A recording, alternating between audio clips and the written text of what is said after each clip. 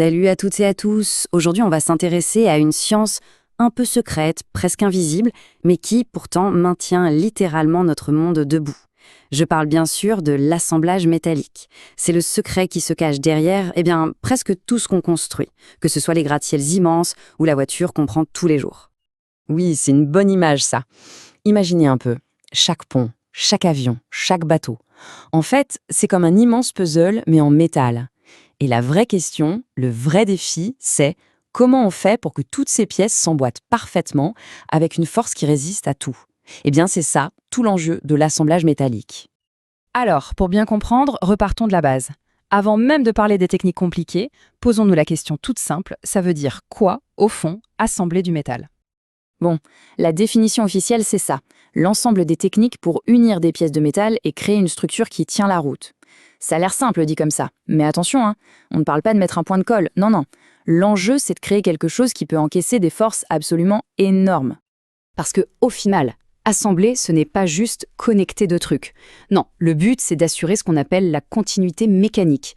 C'est-à-dire qu'une fois assemblées, les pièces doivent se comporter comme si elles n'en étaient qu'une seule, depuis toujours. Il faut évidemment que ça résiste à des charges et des contraintes de dingue, que ce soit facile à fabriquer et à entretenir, et bien sûr, que ça dure dans le temps. Ok, les bases sont posées. Maintenant, comment on passe de la théorie à la pratique? Eh bien, il y a principalement 3 grandes approches, 3 grandes familles de méthodes.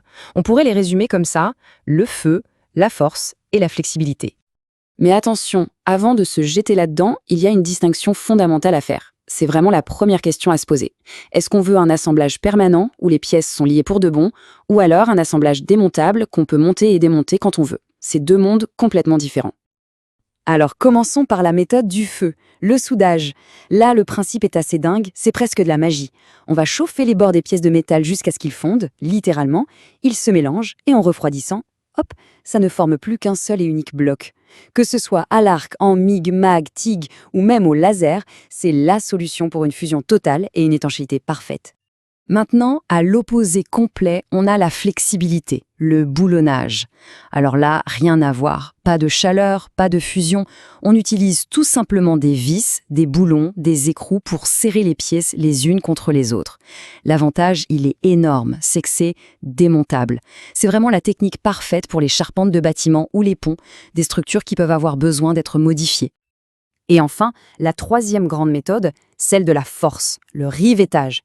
C'est une technique qui peut paraître un peu old school, mais d'une robustesse incroyable. Le principe est super simple en fait. On prend une tige de métal, le rivet, on la passe dans les trous des pièces à assembler et on vient déformer l'autre bout pour créer une deuxième tête. Ça bloque tout. C'est simple, c'est puissant et c'est ce qui tient la tour Eiffel et les fuselages de nos avions. Bon, soudage, boulonnage, rivetage, on a 3 super outils. La grande question maintenant, c'est comment on choisit?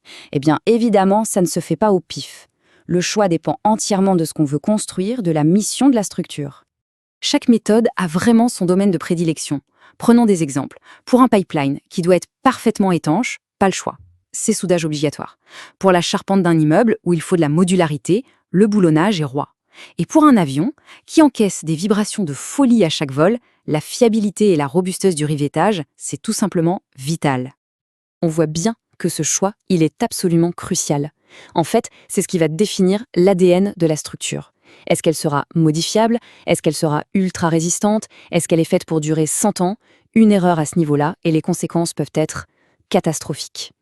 Mais attention, il ne faut pas croire que c'est un domaine figé, qui n'évolue plus. Au contraire, l'assemblage métallique est en pleine révolution. De nouvelles technologies sont en train de tout bousculer. Et cet avenir, il est déjà là. On parle de robots qui soudent main dans la main avec les opérateurs, de soudage laser d'une précision chirurgicale. Il y a même des colles structurales, des adhésifs, qui sont devenus tellement puissants qu'ils peuvent remplacer des boulons. Et bien sûr, la révolution qui arrive, l'impression 3D métallique. D'ailleurs, cette citation résume parfaitement la situation. Je lis « L'industrie 4.0 et les avancées technologiques transforment les pratiques en matière d'assemblage. L'automatisation et les matériaux intelligents ouvrent de nouvelles perspectives. En clair, ça veut dire qu'on entre dans une nouvelle ère.